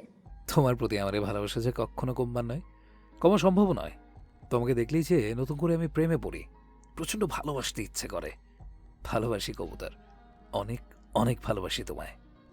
পায়রা লাজুক হাসল, মিনমিনি স্বরে বলল, আমিও। নেওয়াজ মির্জার কেসটা আদালতে উঠেছে। ওনার পক্ষে কোনো উকিলই দাঁড়ায়নি। বাধ্য হয়ে নিজ মুখে সব স্বীকার করে নিতে হয়েছে ওনাকে। সাথে ফাঁসিয়ে দিয়েছেন তোফাইল চেয়ারম্যানকেও। খবরটা তোফাইলের কানে পৌঁছাতেই এখনও দেশে ফেরেননি তিনি। আপাতত মেয়ের বাড়িতেই ঘাঁটি গেড়েছেন। পরিস্থিতি নিয়ন্ত্রণে এলে তারপরেই দেশে ফেরার সিদ্ধান্ত নিয়েছেন। স্বামী কারাগারবন্দী হওয়ার পর আজ প্রথমই ওনাকে দেখতে এসেছেন মাহবুবা। স্ত্রীকে দেখে লজ্জায় মাথা নুইয়ে নিলেন নেওয়াজ মির্জা। মাহবুবা কিছুক্ষণ স্বামীর মলিন অনুজ্জ্বল বুড়িয়ে যাওয়া মুখশ্রীতে ঠাই তাকিয়ে থেকে বললেন, মামুনের অনেক লোভ। এই লোভ কইরা উপরে উঠতে গিয়াই একদিন নিচে পইরা যায়। কে জানতো নিজ চোখে আপনি এমন এক জায়গায় দেখতে হইব। আল্লাহ দিও না বউ। লজ্জা? আপনার লজ্জা আছে? কোনো কালে আসিল? প্রত্যুত্তর করলেন না নেওয়াজ মির্জা। মাহবুবা দীর্ঘশ্বাস ফেলে বললেন, কি আর করার, পাপের শাস্তি ভোগ করেন। তবে আপনার লাইগা আমার খুব মায়া হইতাছে। যত যাই হোক স্বামী তো। এবারও নীরব নেওয়াজ মির্জা। আরও কিছুক্ষণ স্বামী নুইয়ে রাখা মুখশ্রীতে তাকিয়ে থেকে নীরবে স্থান ত্যাগ করলেন মাহবুবা। সকাল সকাল পায়রাকে নিয়ে তার বাপের বাড়ির উদ্দেশ্যে রওনা দেয় ইফাত। বাড়ির রাস্তা পর্যন্ত পৌঁছে দিয়ে স্ত্রীর নিকট থেকে বিদায় নিয়ে আবারও ফিরে আসে রাজশাহী। মেয়েকে বাড়িতে প্রবেশ করতে দেখে প্রাণ জুড়িয়ে যায় শিখা বেগমের। বুকের সঙ্গে জড়িয়ে ধরেন মেয়েকে, মাথায় হাত বুলিয়ে দিয়ে আহ্লাদে সুরে বলে ওঠেন, আমার মেয়ে এসেছে তবে। মুচকি হাসে পায়রা, প্রতি উত্তরে বলে, মা। ফয়সাল ইসলাম আশেপাশে তাকিয়ে গম্ভীর কণ্ঠে শুধান, জামাই কই? চলে গেছে। চলে গেছে মানে? আমাকে পৌঁছে দিয়ে বাড়ি চলে গেছে। অফিসের কাজে খুব ব্যস্ত, তাই এখানে থাকতে পারবে না। নিশ্চুপ হয়ে গেলেন ফয়সাল ইসলাম। হয়তো ঠাউর করতে পারলেন কিছু। সামনে নিজের পছন্দের খাবারগুলো থাকার পরও ঠিকমতো খেতে পাচ্ছে না পায়রা। গা গোলাচ্ছে, মাথা ঘুরাচ্ছে। মেয়ের পাতে আরেকটু মাংস তুলে দিলেন শিখা। প্রশ্ন করলেন, কিরে, খাচ্ছিস না কেন? চোখ মুখ কুঁচকে নিল পায়রা। উত্তর দিল, খেতে ইচ্ছে করছে না মা। দ্রুত মেয়ের কপালের গলায় হাত রাখলেন শিখা। বুড়চুকল কুঁচকে বললেন, জ্বর টর তো কিছু আসেনি, তাহলে খেতে ইচ্ছে করছে না কেন? প্লাবন কথার মাঝখানেই বলে উঠল। কেন খেতে ইচ্ছে করছে না বুঝতে পারছি না চাচি। সবার উৎসুক দৃষ্টিতে তাকিয়ে আছে প্লাবনের দিকে। প্লাবন দুষ্টু হেসে বলল, জামের কথা মনে পড়ছে। বেচারা খেয়েছে কি না কে জানে। এই চিন্তায় আমাদের পায়রার আর খেতে ইচ্ছে করছে না। শোন পায়রা, তুই এক কাজ কর, ইফাতকে কল দিয়ে সে খেয়েছে কিনা জিজ্ঞেস করে শিওর হয়ে নে। ফোঁস করে নিঃশ্বাস ফেলল পায়রা। শিখা আর এই বিষয়ে কিছু বললেন না। প্রসঙ্গ বদলে বলেন, পুরো খাবার খেয়ে তারপর উঠবি। মায়ের বিপরীতে আর কিছুই বলতে পারে না পায়রা। জোরপূর্বক মুখের মধ্যে এক লোকমা খাবার তুলে নিল। মনে হচ্ছে সব যেন ভেতর থেকে বেরিয়ে আসবে। নিজেকে যথাসম্ভব স্বাভাবিক রেখার চেষ্টা করেও ব্যর্থ হলো। খাবারে খেয়ে দৌড়ে চলে গেল বাথরুমে। উপস্থিত সকলে চমকায়। কয়েক মিনিট বাদে সেখান থেকে এসে সোফায় গিয়ে গা এলিয়ে দেয় পায়রা। শিকার দূরত্ব পায়ে মেয়ের কাছে গিয়ে বসেন। মাথায় পিঠে হাত বুলিয়ে দিতে দিতে বলেন, তার মানে সত্যি সত্যি তোর শরীর খারাপ লাগছে? বমি হয়েছে তাই না? মা, মাথাটাও ঘোরাচ্ছে সে সকাল থেকে। এসব লক্ষণ দেখা যাও তো। তৎক্ষণাৎ ওনাকে থামিয়ে দিয়ে ফয়সাল ইসলাম বলে উঠলেন, কতটা পথ জার্নি করে এসে মেয়েটা এসেছে, তাই হয়তো এমন লাগছে। পায়রা মা, তুমি ঘরে গিয়ে বিশ্রাম নে। এই মুহূর্তে জোর করে কিছু খেতে হবে না। যখন কিছুটা সুস্থ বোধ করবি তখন না হয় খেয়ে নিস। বাবার কথায় মাথা নাড়িয়ে ঘরে চলে গেল পায়রা। শিখার মুখে চিন্তার ছাপ। এগিয়ে এসে চেয়ার টেনে বসলেন। বলেন, আগে তো কখনো এমন হয়নি। তাছাড়া জার্নি করে এসেছে কালকে, তাহলে আজ কেন এমন হবে? অসুস্থতা কি বলে কেউ আসে নাকি? তুমি একটু বিশ্রাম নিয়ে চিন্তা করো। স্বামীর কথা মেনে নিয়ে থেমে গেলেন শিখা। একবার ডান হাত তো আরেকবার বাম ফিরে বিছানায় গড়াগড়ি খাচ্ছে পায়রা। অস্থির লাগছে ভেতরটা। ঘরে এসেও 2-3 বার বমি করতে ছুটে গেছে বাথরুমে। হঠাৎ করে যে কেন এমনটা হচ্ছে বুঝতে পারছে না। অর্ধেকটা দিন কাটলো এভাবেই। ফয়সাল ইসলাম কাছাকাছি থাকা একটা ফার্মেসি থেকে ওষুধ এনে খাইয়ে দিয়েছেন মেয়েকে। এবার আর বমি না হলেও শরীরের অস্থিরতা, ক্লান্তিভাব এখনও দূর হয়নি। বিকেলের দিকে কল দিল ইফাতকে। অফিসে থাকায় তৎক্ষণাৎ স্ত্রীর কলটা রিসিভ করতে পারল না ইফাত। সন্ধ্যা খানিকক্ষণ পর স্ত্রীর নাম্বারে কল ব্যাক দিল ইফাত। সঙ্গে সঙ্গে কলটা রিসিভ হলো। কৈফত দেওয়ার ভঙ্গিতে ইফাত বলে উঠল, সরি বারে শোনা, একটা কাজে ব্যস্ত থাকে তখন কল রিসিভ করতে পারিনি। মোবাইল সাইলেন্ট ছিল, বিধে দেখতেও পাইনি। সমস্যা নেই, তেমন গুরুত্বপূর্ণ কোনো কল ছিল না। শুধু তোমার কথা মনে পড়ছিল তাই কল দিয়েছিলাম। যে কথাটা বলার জন্য তখন কল দিয়েছিল এখন আর তা বলতে ইচ্ছে করছে না পায়রার। শুধালো, এখনো কি অফিসে তুমি? হ্যাঁ, কি করছো? বসে আছি, একটা কথা ছিল। বলো। কাল এসে নিয়ে যাবে আমায়? গেলেই তো গতকাল, আবার কালিজি চলে আসতে চাইছো? কিছু হয়েছে? কিছু হয়নি, এসে নিয়ে যাও, নইলে বলো আমি একাই চলে আসি। তার দরকার নেই, কাল বিকেলে এসে না হয় নিয়ে যাব। আচ্ছা রাখি তাহলে। এই জন্যই কল দিয়েছিলে? হুম। আচ্ছা। পায়রা নিজে কল কেটে দিল। মোবাইলের দিকে কয়েক সেকেন্ড তাকিয়ে থেকে আবারও কাজে মনোযোগ দিল ইফাত। একদিন অতিবাহিত হলো। ব্যাগপত্র গুছিয়ে খাবার খেয়ে তৈরি হয়ে বসে আছে পায়রা। ফয়সাল ইসলাম মেয়ের উদ্দেশ্যে প্রশ্ন করলেন, কি রে, কোথায় যাবি? তৈরি হয়ে বসে আছিস কেন? মা তোমাকে বলেনি কিছু? না তো। ইফাত আমাকে নিয়ে আসছে, বাড়ি ফিরে যাচ্ছি। এলি তো পরশু, এত তাড়াতাড়ি চলে যাবি? বাবা, ঘন ঘন ক্লাস মিস দেওয়া সম্ভব নয়। ওহ। বাবা মেয়ের মধ্যে এতটুকু কথাই হলো। ইফাতে সেই কল দিল স্ত্রীকে। স্বামীর কল পেয়ে সকলের থেকে বিদায় নিয়ে বাড়ি থেকে বের হলো পায়রা। মেন রাস্তায় যেতেই পেয়ে গেল স্বামী দেখা। গাড়িতে বসে চুপ করে রইল পায়রা। ইফাত স্ত্রীর মুখশ্রীতে কিছুক্ষণ নিবিড়ভাবে পর্যবেক্ষণ করে শুধালো, চোখ মুখ এমন শুকনো লাগছে কেন? কি হয়েছে? তেমন কিছু না। কিছু না হলে তো এমন লাগার কথা নয়। সত্যি করে বলো তো কি হয়েছে? বললাম না তেমন কিছু না, ওই একটু বমি হয়েছিল আর মাথাটা ঘোরাচ্ছিল। বিপরীতে কিছুই বলল না ইফাত। রাজশাহী পৌঁছে স্ত্রীকে নিয়ে সোজা হাসপাতালে প্রবেশ করলো। পায়রা ফিসফিস করে প্রশ্ন করলো, এখানে কেন এলাম? হাসপাতালে মানুষ কেন আসে? চিকিৎসার জন্য, কিন্তু কার চিকিৎসা করাবে? তোমার কি কিছু হয়েছে? আমার হবে কেন? তুমি না বললে তোমার বমি হয়েছে, মাথা ঘুরেছিল? পথিমধ্যে দাঁড়িয়ে পড়ে পায়রা। ইফাত ভুরকুচকে তাকায় স্ত্রীর পানে। মিনমিনে স্বরে পায়রা বলে ওঠে, এই সামান্য কারণে হসপিটালে আসতে হবে? বাবা আমায় ঔষধ খাইয়েছে তো। কিন্তু তার কোনো কথাই শুনল না ইফাত। এক প্রকার জোর করে ভেতরে নিয়ে গেল স্ত্রীকে। বেশ কিছুক্ষণ অপেক্ষার পর ভেতরে ডাক পড়ল তাদের। ডাক্তার মনোযোগ সহকারে রোগীর আসনে বসে থাকা পায়রার কথা শুনে ভুরু কুঁচকান। প্রেসক্রিপশনে কিছু টেস্ট লিখে দিয়ে সেগুলো করিয়ে আনতে বলেন। ইফাত বিলম্ব না করে তখনই করিয়ে ফেলে টেস্টগুলো।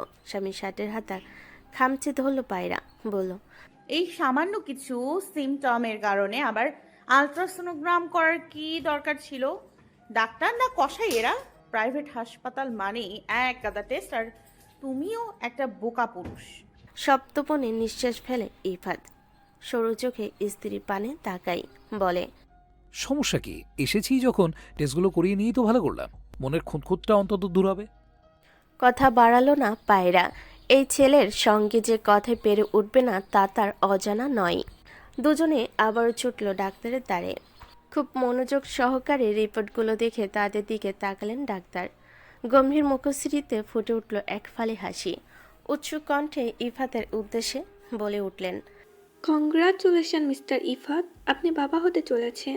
আপনার স্ত্রী প্রেগনেন্ট। বিস্মিত হলো দুজনেই। ইফাতের চোখ জোড়ায় চিকচিক করে উঠল। স্বামী স্ত্রী একে অপরের দিকে চাওচাই করল। বাক্যহারা হয়ে গেল পায়রা।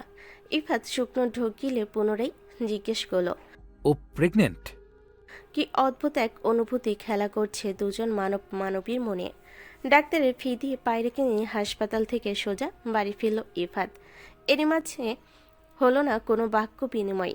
বাড়িতে ফিরে লম্বা একটা শাওয়ার নিল পায়রা। ভেজা চুলের আগা দিয়ে পানি ঝরছে। অন্যায় নিজের আঙ্গুল প্যাঁচাতে প্যাঁচাতে গভীরভাবে কিছু ভাবছে। তোয়ালে নিয়ে এগিয়ে এলো ইফাত।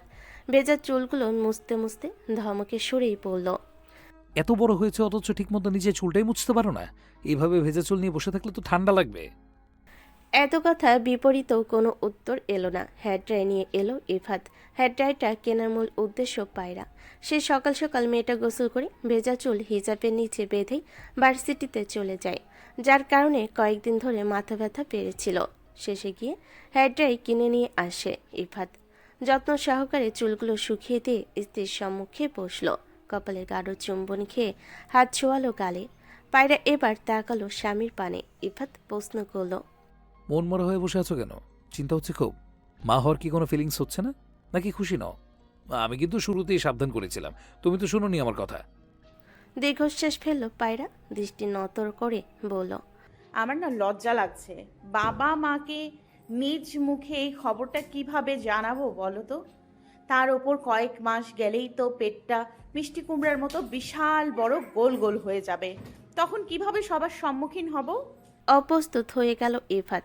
এতক্ষণে কত কিছুই না ভেবে ফেলেছিল সে, অথচ স্ত্রী কিনা এসব ভেবে লজ্জা পাচ্ছে। হাঁটু ভাঁজ করে বিছানার মাঝখানে গিয়ে বসলো ইফাত, বলল, এমন ভাব করছে যেন পৃথিবীর মধ্যে একমাত্র উনার পেটই বড় হবে, উনারই বাচ্চা হবে। এত লজ্জা বর গিয়েছে। পায়রার চোখ রাঙ্গানিতে থেমে গেল ইফাত। সপ্তপনে স্বামীর বুকে মাথা রাখল পায়রা। মুচকি হেসে দুটো হাত দিয়ে তাকে আবদ্ধ করে নিল ইফাত। যত রাগ হোক, অভিমান হোক কিংবা হোক আনন্দ, স্বামীর বুকে মাথা রাখলেই এক প্রশান্তিতে ছেয়ে যায় পায়রার সমস্ত দেহ এবং মন। এতদিনও এই প্রশান্তি অনুভূতির নাম তার জানা হয়নি। খানিকক্ষণ বাদে বলে ওঠে, একটা কথা বলা হয়নি। কি? আবারও পিনপত নীরবতা। স্ত্রীর কথা শোনার জন্য অধীর আগ্রহ নিয়ে বসে আছে ইফাত। শুকনো ঢোক গিল পায়রা, ইতস্তত করে বলল, তোমার কাছে মাফ চাওয়া হয়নি, পারলে মাফ করে দিও আমায়। হঠাৎ মাপ চাইছো কেন? ওই যে 3টা বছর তোমায় ভুল বুঝলাম, আমার জন্য তোমাকে কষ্ট পেতে হলো, বারবার অপমানিত হতে হয়েছে আমার পরিবারের কাছে, তার জন্য। এতে কি আদৌ তোমার কোনো দোষ আছে? ভুলে যাও না সেসব কথা। মাঝখানে যে কষ্টগুলো আমাদের জীবনে এসেছে তা ভাগ্য মনে করে ভুলে যাও। বর্তমান আর ভবিষ্যৎ নিয়ে চিন্তা করো। তোমার ব্যবহারে আমি বারবার অবাক হই ইফাত। এত ভালো কি করে তুমি? তোমার জায়গায় অন্য কেউ হলে হয়তো। আমার জায়গায় অন্য কেউ হলে কি করতো তা তো আর আমি জানি না, তবে এই জীবনে আমি আর তোমায় ছাড়ছি না, বুঝলে আমার পক্ষী। সেদিন ঠিকই তো রাগ করে চলে এসেছিলে। তোমার উপর কখনোই আমার রাগ জন্মেনি। এসেছিলাম অভিমান করে। সবসময় আমি কেন জোর করে রেখে দেবো? একপাক্ষিক ভালোবাসায় কখনো সম্পর্ক টিকে থাকে না, কাউকে আটকে রাখা যায় না। একজন সব বাধা অতিক্রম করে সবাইকে ছেড়ে ছুড়ে চলে আসবে, আরেকজন হাত গুটিয়ে বসে থাকবে, অযথা ভুল বুঝবে, তাহলে তো আর হয় না। আমি যদি না আসতাম তাহলে কি আর কখনো আমার সামনে যেতে না? আমাকে ফিরিয়ে আনার আরেকটা প্রচেষ্টা করতে না?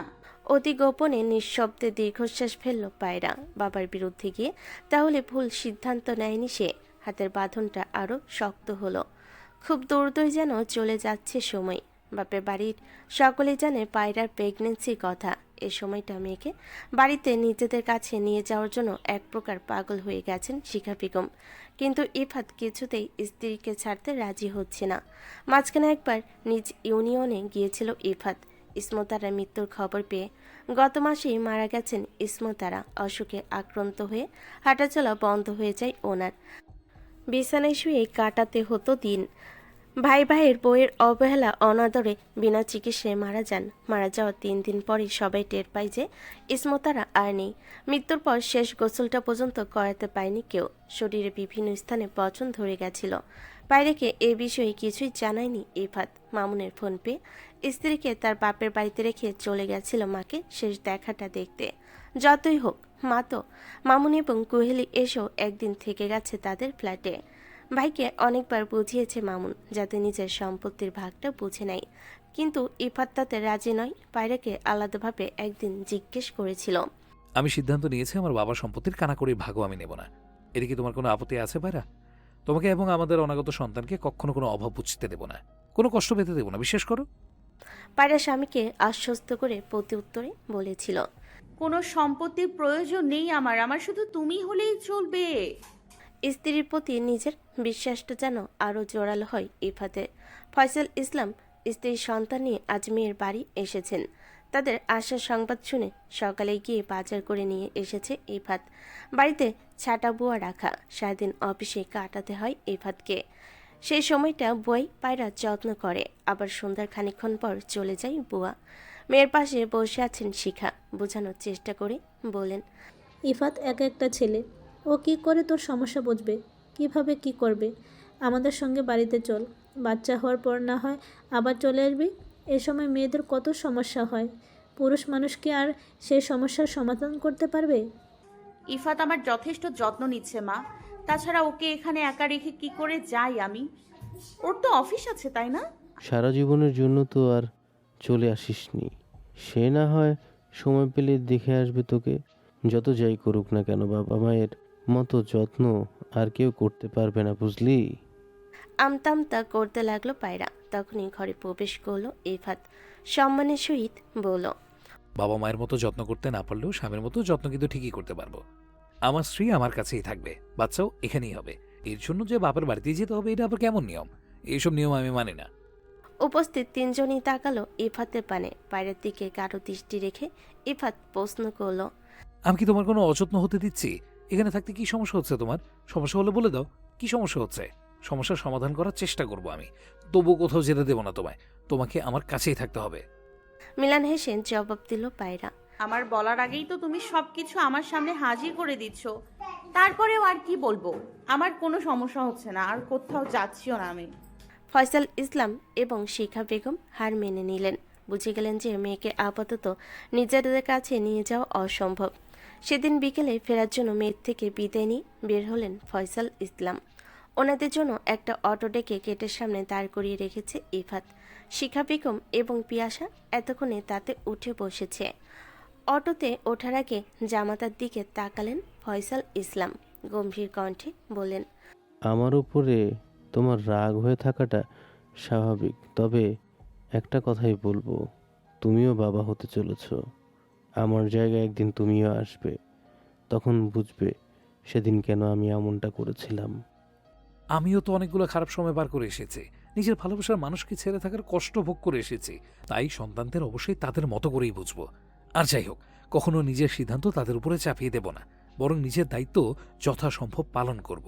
কোনটা সঠিক কোনটা ব্যাঠিক সেটাই না হয় শিক্ষা দেব। এই শিক্ষা পাওয়ার পর মনে হয় না তারা কখনো ভুল মানুষকে জীবনে বেছে নেবে। দমে গেলেন ফয়সাল ইসলাম। নীরবে অটোতে উঠে পড়লেন। তৎক্ষণাৎ ছেড়ে দিল অটো। ভেতরে প্রবেশ করল ইফাত। কয়েকদিন আগে পায়রাকে নিয়ে ডাক্তারের কাছে চেক আপ করতে গিয়েছিল ইফাত। পাশাপাশি কোন বেলায় কী খেতে হবে তারও একটা চার্ট তৈরি করে এনেছে। রাতের খাবারটা নিজেই তৈরি করে নিজ হাতে খাওয়াই স্ত্রীকে। সকালে এবং দুপুরেরটা তৈরি করে বুয়া। সকালেও সামনে বসিয়ে পায়রাকে খাওয়াই আর দুপুরে এবং বিকেলে ভিডিও কল দেয়।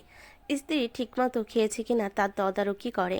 পায়রা বারংবার অবাক হয় ইফাতের কর্মকাণ্ডে। ছেলেটা এত দায়িত্ববান যত্নশীল হয় কি করে? আয়নার সামনে গিয়ে নিজেকে খুঁটিয়ে খুঁটিয়ে দেখছে পায়রা। নিজের চোখের নিচে ডার্ক সার্কেল, মুখে ছোট ছোট ব্রণ, উজ্জ্বলতা কমে গিয়েছে কিছুটা। আগের থেকে মোটা হয়েছে অনেক। দরজার কাছে দাঁড়িয়ে স্ত্রীর কর্মকাণ্ড দেখে মুচকি হাসলো ইফাত। শুধালো, কি দেখছো? মুখ গোমরা করে স্বামীর পানে তাকাই পায়রা। জিজ্ঞেস করে, দেখতে অনেক বাজে লাগছে তাই না? বাজে লাগবে কেন? সবসময় একরকম দেখতে ভালো লাগে না, বুঝলে? এই রূপে আরো সুন্দর লাগছে তোমায়। মিথ্যা বলছো। বললাম, তাতে তোমার কি? আমার কাছে তোমাকে সব রূপে সবভাবেই ভালো লাগে কবুতর। এবার বিশ্রাম নাও। গোমরা মুখে বিছানায় এসে শুয়ে পড়ল পায়রা। ইফাত গিয়ে বসলো স্ত্রীর শিওরে। চুলে বিলি কেটে দিতে লাগলো যত্ন সহকারে। কিছু সময়ের মধ্যে পায়রা তলিয়ে গেল গভীর ঘুমে। ঘুমন্ত স্ত্রীর দিকে নিষ্পলক দৃষ্টিতে কিছুক্ষণ তাকিয়ে থেকে মুচকি হাসলো ইফাত। আলতো করে হাত রাখলো উঁচু পেটটায়। ঠোঁট নাড়িয়ে শব্দহীন কি যেন বলল, তারপর আবারও হেসে উঠল। সকাল সকাল অফিসে চলে গেছে ইফাত। ফিরতে ফিরতে রাত 8টা কিংবা 8:30 বাজবে, এর বেশিও লাগতে পারে। পায়রাকে দুপুরে খাবার খাইয়ে বুয়া ড্রয়িং রুমে বসে টিভি দেখছে। হঠাৎ করে প্রচণ্ড পেন উঠেছে পায়রার। ব্যথা আর সহ্য করতে না পেরে চোখ মুখ খিচে একটা চিৎকার দিল। কয়েক সেকেন্ডের মধ্যেই দৌড়ে ঘরে এলো বুয়া। জিজ্ঞেস করলো, কি হয়েছে ভাবি? তৎক্ষণাৎ কোনো উত্তর দিতে পারল না পায়রা। চোখের কানিশ বেয়ে গড়িয়ে পড়ছে নোনা জল। হাত দিয়ে খামচে ধরে রেখেছে বিছানার চাদর। বুয়া হয়তো বুঝতে পারলেন ব্যাপারটা। দৌড়ে এসে নিজের সব জানা ধরনের টোটকা প্রয়োগ করতে লাগলেন পায়রার উপর। কিন্তু ব্যথা কমানোর বদলে যেন ধীরে ধীরে বৃদ্ধি পেতে লাগলো। ব্যথায় জর্জরিত কণ্ঠে ভাঙাচোরা বাক্যে বলে উঠল, আমি আর পারছি না, খুব কষ্ট হচ্ছে। আর উপায়ন্তর না পেয়ে ইফাতকে কল দিলেন বুয়া। কল রিসিভ হতেই সমস্ত ঘটনা জানালেন। এমন একটি কথা কর্ণপাত হতেই কোনো মতে অফিস থেকে ছুটি নিয়ে হন্তদন্ত হয়ে বেরিয়ে যায় ইফাত। পথিমধ্যে অ্যাম্বুলেন্স কল দিয়ে আসতে জানিয়ে দেয়। অফিস থেকে বাড়ির দূরত্ব কাছাকাছি হওয়াতে আসতে বেশি একটা দেরি হলো না ইফাতের। ঘরে প্রবেশ করতে দৌড়ে গেল স্ত্রীর নিকট। তাকে দেখতে আটকে উঠল ভেতরটা। ততক্ষণে অ্যাম্বুলেন্স এসে থেমেছে গেটের কাছে। দরাদরি করে অ্যাম্বুলেন্সে করে হাসপাতালে নেওয়া হলো পায়রাকে। অবস্থা খুবই সংকীর্ণ। পরিচিত সে মহিলা ডাক্তারটি এগিয়ে এলেন। পায়রাকে ভালো করে পর্যবেক্ষণ করে নার্সদের উদ্দেশ্যে বললেন, ইমিডিয়েটলি ওনাকে অপারেশন থিয়েটারে নিয়ে যান। ডাক্তারের কথায় নার্সরা ছুটে চলল। খুব ভয় করছে ইফাতের। এই মুহূর্তটা স্ত্রীর সঙ্গে থাকতে ইচ্ছে করছে, কিন্তু ডাক্তাররা কিছুতেই তাকে ভেতরে অ্যালাউ করলো না। রিসিপশনে গিয়ে সকল ফর্মালিটি শেষ করে টাকা জমা দিয়ে অপারেশন থিয়েটারের সামনে এসে দাঁড়ালো ইফাত। বিমুখ দৃষ্টি মেলে তাকিয়ে রইল মেঝেতে। মনে মনে শুধু আল্লাহকে স্মরণ করছে। গলা শুকিয়ে কাঠ হয়ে গেছে। কপাল থেকে ঝরছে বিন্দু বিন্দু ঘাম। পরনের শার্টটা এতক্ষণে ভিজে গেছে খানিকটা। এমন পরিস্থিতির সঙ্গে তো সে পূর্ব পরিচিত নয়। কেউ পাশেও নেই যে কিছুটা ভরসা দিবে, সাহস যোগাবে। শিখা বেগমের সঙ্গে বুয়ার বেশ সখ্যতা। রোজ রোজ তাকে ফোন করে মেয়ের খোঁজ খবর নেন শিখা। মাঝে মাঝে পরামর্শ দেন কিভাবে যত্ন নিতে হবে সন্তান সম্ভবা মেয়ের। বুয়া বিলম্ব না করে শিখা বেগমকে জানিয়ে দিয়েছেন সবটা। তখনই ফয়সাল ইসলামকে জানিয়ে সবাই মিলে রওনা দেয় হাসপাতালের উদ্দেশ্যে। আস্তে আস্তে হয়তো অনেক সময় লাগবে। চোখ জোড়া ভিজে উঠেছে ইফাতের। হাঁসফাঁস করছে। পায়ের কিছু হবে না তো ভেবে ভেবে দুর্বল হয়ে যাচ্ছে সমস্ত শরীর এবং মন। মুখশ্রী জুড়ে মলিনতার ছাপ। কিছুক্ষণ পর নার্স বেরিয়ে এলো। জিজ্ঞেস করলো, পেশেন্টের বাড়ির লোক কে আছেন? আমি ওর স্বামী। কি হয়েছে? ঠিক আছে তো? ইমার্জেন্সি 2 ব্যাগ রক্ত লাগবে। পেশেন্টের অনেক রক্তক্ষরণ হচ্ছে। চটজলদি কথাটা বলে ব্যস্ততা দেখিয়ে ভেতরে চলে গেল নার্স। দিকবেদিক খুঁজে পাচ্ছে না ইফাত ছুটে চলল নিচে। হাসপাতালের মধ্যে ব্লাড ব্যাংক পেয়ে গেল। নার্সের কথা মতো সঠিক রক্তের গ্রুপ নিয়ে আবারও চলে এলো উপরে। নার্স যেন এতক্ষণ তারই অপেক্ষা করছিল। রক্ত নিয়ে কোনো কথা না বলে পুনরায় ভেতরে চলে যান নার্স।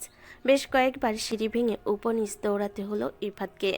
একবার স্যালাইন তো আরেকবার কি একটা ইঞ্জেকশন নিয়ে আসতে হলো। বেশ কিছুটা সময় অতিবাহিত হওয়ার পর ভেতর থেকে ভেসে এলো কান্নার শব্দ।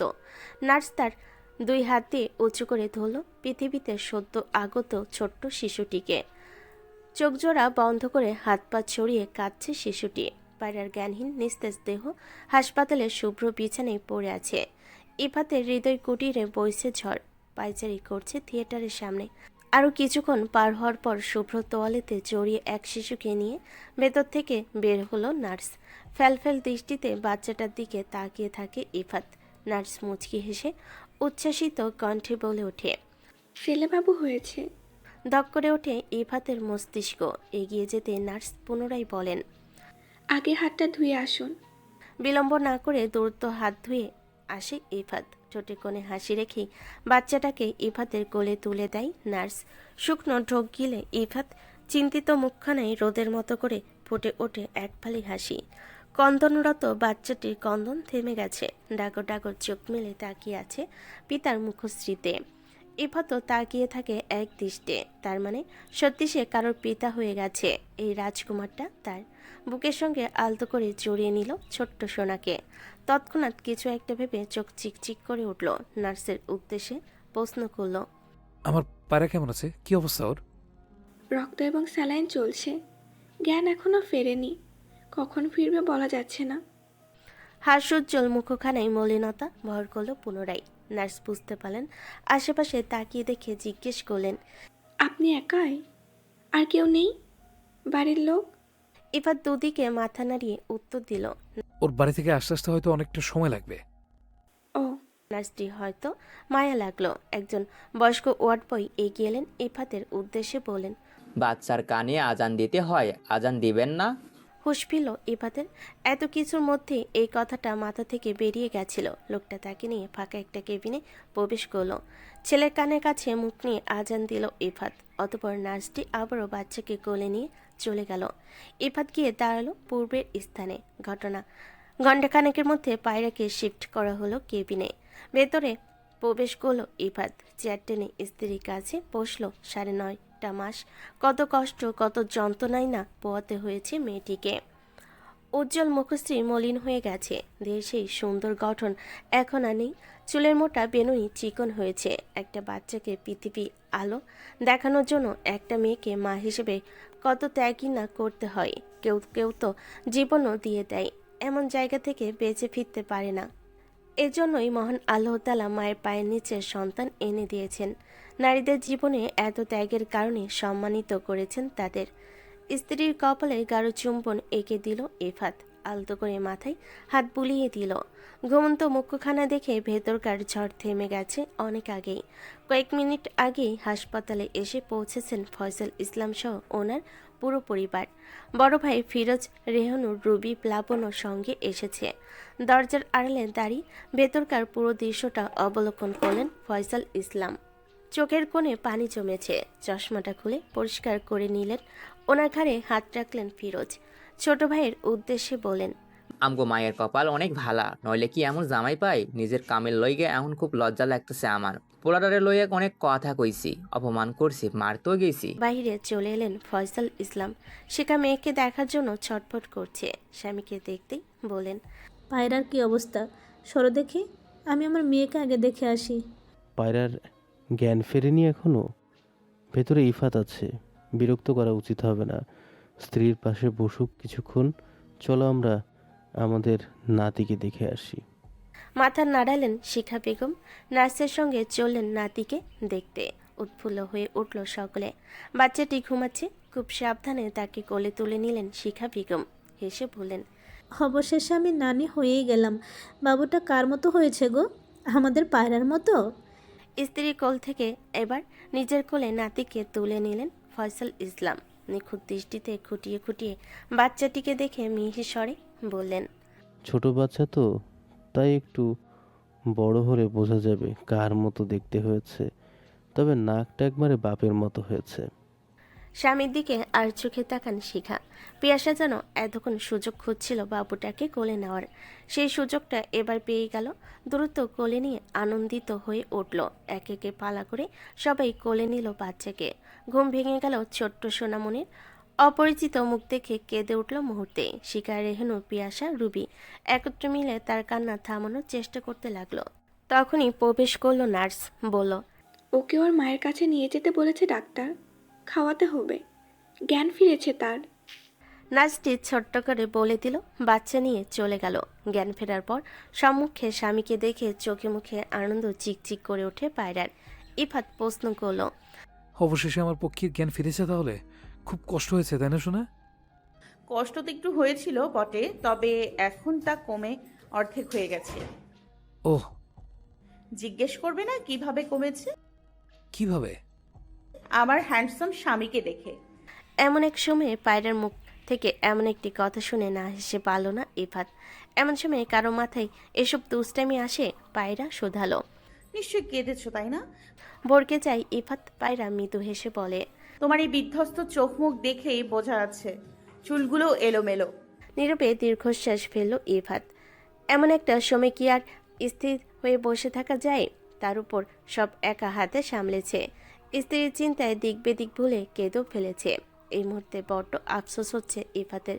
ভেতরে ঢোকার আগে চোখে মুখে একটু পানি ছিটানো দরকার ছিল। স্বামীর নীরবতা দেখে পায়রা শোধায়, বাবা মা কোথায়? জানি না, আপা খবর দিয়ে দিয়েছে। এতক্ষণে তো এসে যাওয়ার কথা। তার মানে তুমি একা ছিলে এতক্ষণ? তুমি অপারেশন থিয়েটারে ছিলে, সেক্ষেত্রে আমি তো একাই থাকবো তাই না? ভেবেছিলাম আমাদের ঘরে হয়তো আরেকটা পক্ষীর আগমন ঘটবে, কিন্তু আগমন ঘটলো একটা ছোট্ট রাজকুমারের। পায়রা শব্দ করে হাসলো। নার্স অনুমতি নিয়ে ভেতরে এলো। বাচ্চাকে পায়রার পাশে শুয়ে দিল। মায়ের সান্নিধ্যে পেয়ে থেমে গেল তার কান্না। পায়রা উচ্ছ্বসিত কণ্ঠে বলল, মাশাআল্লাহ, একেবারে বাবার মতো সুন্দর হয়েছে। মা কি কম সুন্দর নাকি? ওর বাবার থেকে বেশি নয়। তা বাবুর বাবা কি নাম ঠিক করেছে বাবুর জন্য? বাবুর মায়ের চিন্তায় বাবুর নাম আর ভাবতেই পারেনি। বাড়িতে যাই, তারপর না হয় ধীরে সুস্থে নাম ঠিক করবো। সাই দিল পায়রা। ইফাত মাদকতা মিশ্রিত কণ্ঠে বলল, আমাদের প্রেম মহলে নতুন এক সদস্যের আগমন হলো পায়রা। আগমন ঘটলো আমাদের সন্তানের। এখন আমরা একটা পরিবারে রূপান্তরিত হতে পেরেছি। অবশেষে পূর্ণতা পেল আমাদের ভালোবাসা। পায়রার চোখে মুখে প্রাপ্তির ছাপ। তখনই ভেতরে প্রবেশ করলেন ফয়সাল ইসলাম, শিখা বেগম ছুটে আসেন মেয়ের কাছে। তাদেরকে কথা বলতে দেখে পাশ কাটিয়ে কেবিন থেকে বেরিয়ে আসে ইফাত। পায়রার চোখে ধরা খেয়ে গেছে। এবার যদি বাকিদের চোখেও ধরা খাই, তখন কি বলবে সবাই? বলবে, ইস, শেষমেশ আমরা একটা ছেলে কিনা কাঁদছিল। সপ্তাহখানেক পরেই হাসপাতাল থেকে স্ত্রীর সন্তান নিয়ে ফ্ল্যাটে ফেরত এসেছে ইফাত। শিখা বেগম আগে চলে এসেছেন রেহনিরকে নিয়ে। সব রান্নাবান্না শেষ করে গোসল করে এলেন। দোলনায় শুয়ে রাখা হয়েছে বাচ্চাটাকে। ফয়সাল ইসলাম নাতির সঙ্গে বিভিন্ন অঙ্গভঙ্গি করে গল্প করছেন। বাচ্চাটাও হাত নাড়িয়ে নাড়িয়ে হাসছে। পাড়ার বিছানা থেকে নামা নিষেধ। ডাক্তার তাকে বেড রেস্টে থাকতে বলেছেন। স্ত্রীর জন্য ঘরে খাবার নিয়ে এসেছে ইফাত। খাবারগুলো দেখে নাক সিটকালো পায়রা। বলল, প্রেগনেন্সির সময় বাচ্চার দোহাই দিয়ে তুমি আমাকে যা তা খাইয়েছো ইফাত, আর আমিও মুখ বুঝে সব খেয়ে নিয়েছি, কিন্তু এখন কেন এসব খাবো? অতিরিক্ত মশলা জাতীয় খাবার খাওয়া স্বাস্থ্যের পক্ষে ক্ষতিকর। তাই এখন প্রচুর পরিমাণে তোমাকে পুষ্টিকর খাবার খেতে হবে।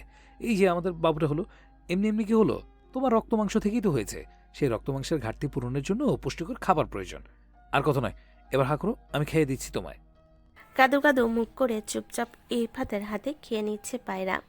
কোনো মতে চিবিয়ে চিবিয়ে শুধু গিলছে। প্লেটে বিভিন্ন পদের শাকসবজি, যা মুখে দিতে যেন মনে হচ্ছে লবণ দিয়ে সেদ্ধ করা। মাছের ঝোলটা মোটো মাছের ঝোল মনে হচ্ছে না। দেখে মনে হচ্ছে লবণের পরিমাণ ঠিক রেখে কোনো মতে সিদ্ধ করা হয়েছে। রেহনুর ড্রয়িং রুমের সোফায় এসে বসে বললেন, আফসোসের সুর তুলে বললেন, আমাদের যখন বাচ্চা কাচ্চা হইল, তখন আতর ঘরে ব্যথা লইয়া পইরা আসছিলাম। শ্বশুরবাড়ির লোকেরা, এমনকি জামাইও ব্যস্ত আসছিল পোলাপান লইয়া। বউ আছে কি নাই তার কোনো খোঁজ নেওয়ার সময় পাই নাই। আর এইদিকে পায়রা জামাইরে দেহ, ওরে দেইহা আমি শুধু অবাক হইতাছি। ওই পোলার থাইকা তোমাকেও শেখা উচিত। হাসপাতাল থাইকা বইয়ের যত্ন শুরু করছে, বাড়িতে আয়সাও করতেছে। পোলাপায়েন যে একটা হইল তার থাইকাও বেশি চিন্তা বইয়ের লাইগা।